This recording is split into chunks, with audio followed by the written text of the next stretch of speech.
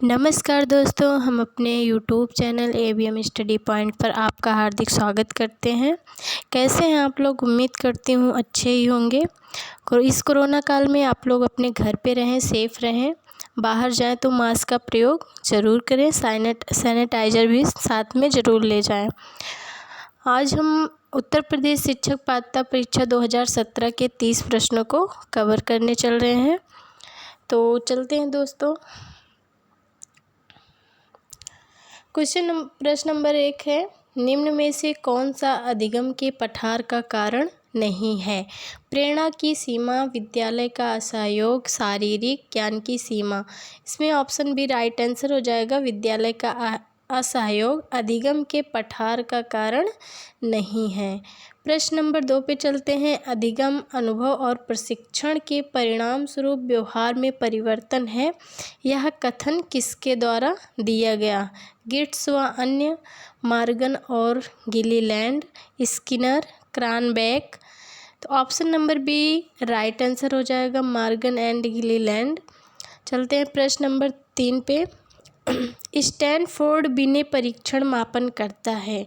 व्यक्तित्व का, पढ़ने की दक्षता का, बुद्धि का, उपयुक्त में से कोई नहीं।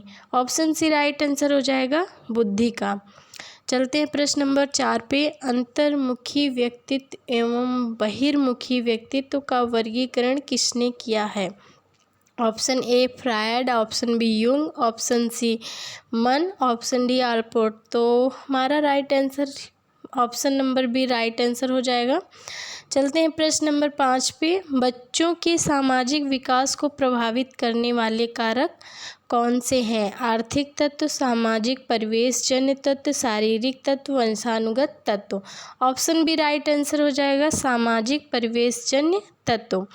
चलते हैं प्रश्न नंबर 6 पे। निम्न में से कौन सा शारीरिक विकास का एक प्रमुख नियम है? मानसिक विकास से भिन्नता का नियम, अनियमित विकास का नियम, द्रुतगामी विकास का नियम, कल्पना और संवेगात्मक विकास से संबंध का नियम। ऑप्शन बी राइट आंसर हो जाएगा, अनियमित विकास का नियम। ये जो है शारीरिक विकास का एक प्रमुख नियम है। प्रश्न नंबर 7 पे चलते हैं। निम्न में कौन सा विकास का सिद्धांत नहीं है? अनुकूलित प्रत्यावर्तन का सिद्धांत। इसमें हमारा ऑप्शन ए राइट आंसर हो जाएगा, अनुकूलित प्रत्यावर्तन का सिद्धांत। चलते हैं प्रश्न नंबर 8 पे। विकास के परिणाम स्वरूप नवीन विशेषताएं और नवीन योग्यताएं प्रकट होती हैं, यह कथन किसने दिया है? गेशेल ने, हर्लाक ने, मेरेडिथ ने, डगलस और हॉलैंड ने। तो ऑप्शन बी राइट आंसर हो जाएगा, हर्लाक ने दी है। प्रश्न नंबर 9 पे चलते हैं। मूल प्रवृत्तियों को 14 प्रकार से किसने वर्गीकृत किया था? Drever, McDougall, Thorndike, Woodworth. तो मैंने आपको पिछली वीडियो में बताया है कि ऑप्शन बी राइट आंसर हो जाएगा, मैकडूगल ने कुल 14 प्रकार की मूल प्रवृत्तियां बताई हैं। ठीक है, चलते हैं प्रश्न नंबर 10 पे। किसी दूसरी वस्तु की अपेक्षा एक वस्तु पर चेतना का केंद्रीकरण अवधान है, यह कथन है किसका? डम्बिल का, रास का, मन का, मैकडूगल का। तो इसमें ऑप्शन ए राइट आंसर हो जाएगा, डम्बिल का। तो चलते हैं नेक्स्ट क्वेश्चन पे। प्रश्न नंबर 11 पे चलते हैं। तो निम्न में से कौन सा सीखने के मुख्य नियमों में शामिल नहीं है? तत्परता का नियम, अभ्यास का नियम, बहुअनुक्रिया का नियम, प्रभाव का नियम। ऑप्शन सी राइट आंसर हो जाएगा। Next question. 12 वर्ष से 16 वर्ष के बच्चों के लिए हिंदी में डॉक्टर एस जलोटा ने कौन सा परीक्षण प्रतिपादित किया है? ऑप्शन ए अशाब्दिक बुद्धि परीक्षण, बी साधारण मानसिक योग्यता परीक्षण, आर्मी अल्फा परीक्षण, चित्रांकन परीक्षण। इसमें ऑप्शन बी राइट आंसर हो जाएगा, साधारण मानसिक योग्यता परीक्षण। नेक्स्ट क्वेश्चन है। बुद्धि के द्विकारक सिद्धांत का प्रतिपादन किसने किया? Thorndike, Spearman, Stern, Vernon. Option B right answer हो जाएगा, Spearman. Option B right answer हो जाएगा, स्पीयरमैन। बुद्धि के द्विकारक सिद्धांत का प्रतिपादन किसने किया था? स्पीयरमैन ने। चलते हैं नेक्स्ट क्वेश्चन पे। निम्न में से कौन सा युग्म सही नहीं है? सीखने का उद्दीपक, अनुक्रिया सिद्धांत, थार्नडाइक, ये भी राइट है। सीखने का क्रिया प्रसूत अनुबंधन सिद्धांत, वीएफ स्किनर, ये भी सही है। ऑप्शन सी सीखने का क्लासिकल सिद्धांत, ये भी पावलॉ ने दिया है, राइट है। ऑप्शन डी सीखने का समग्र सिद्धांत हल, ये ऑप्शन डी रॉन्ग है, क्योंकि सीखने का समग्र सिद्धांत किसने दिया था?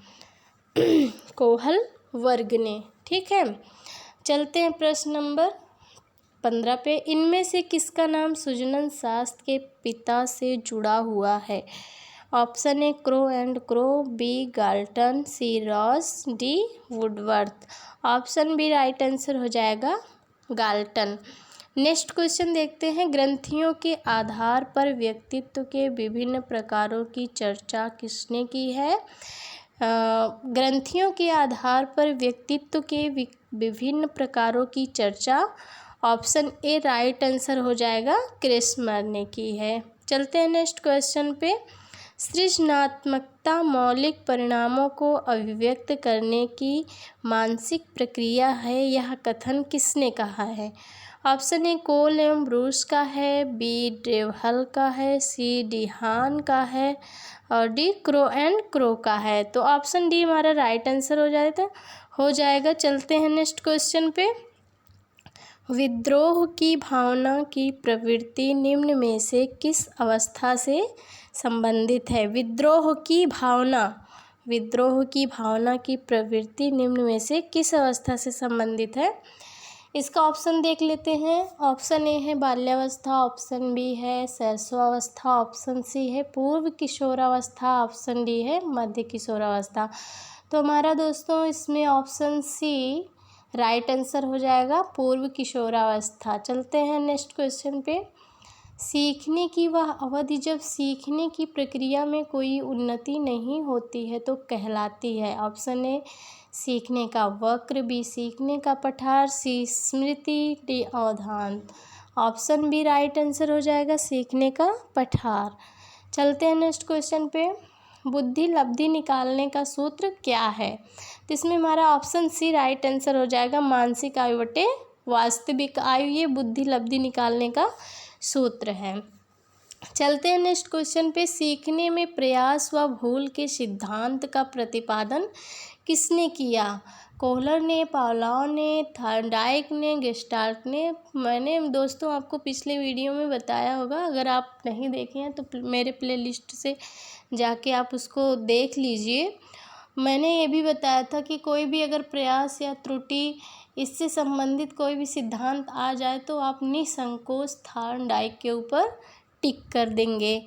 चलते हैं नेक्स्ट क्वेश्चन पे। सामान्य संयुक्त कोशिका में गुणसूत्रों के जोड़े होते हैं। सामान्य संयुक्त कोशिका में गुणसूत्रों को कितने जोड़े होते हैं? 23 गुणसूत्रों के जोड़े होते हैं, इसलिए मेरा option number B right answer हो जाएगा। चलते हैं नेक्स्ट क्वेश्चन पे।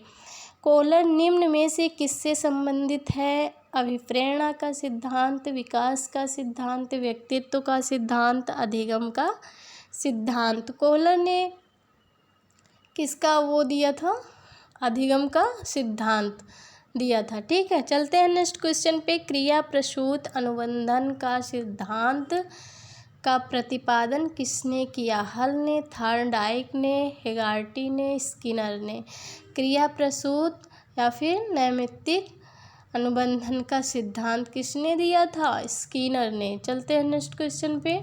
बुद्धि के तरल क्रिस्टलीय प्रतिमान के प्रतिपादक कौन है? कैटल है, थार्नडाइक है, वर्नन है, स्किनर है। ऑप्शन ए राइट आंसर हो जाएगा। बुद्धि के तरल क्रिस्टीय प्रतिमान के प्रतिपादक जो हैं कैटल हैं। चलते हैं नेक्स्ट क्वेश्चन पे। शिक्षण हेतु मानसिक उद्वेलन प्रतिमान का प्रयोग निम्न में से किसके सुधार हेतु किया जाता है? समझ, अनुप्रयोग, सृजनात्मकता, समस्या समाधान। ऑप्शन सी राइट आंसर हो जाएगा हमारा सृजनात्मकता।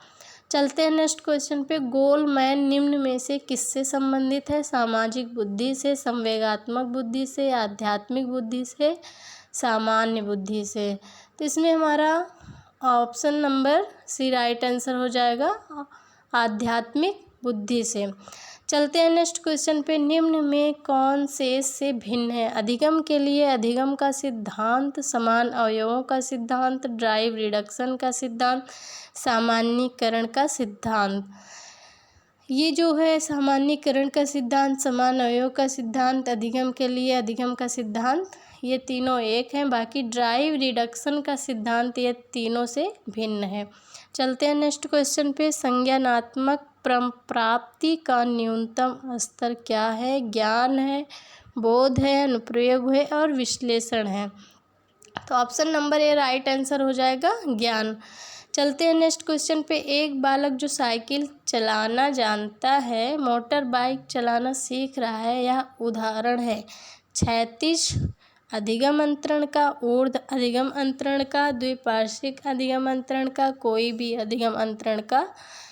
तो इसमें ऑप्शन भी राइट आंसर हो जाएगा।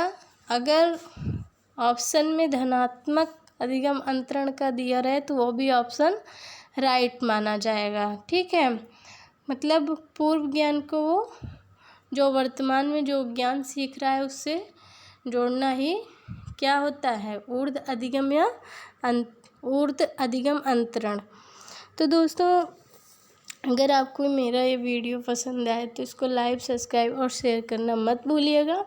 अगर आपको इसी तरह डेली भी वीडियो देखनी है तो आप मेरे प्लेलिस्ट से देख सकते हैं। धन्यवाद दोस्तों।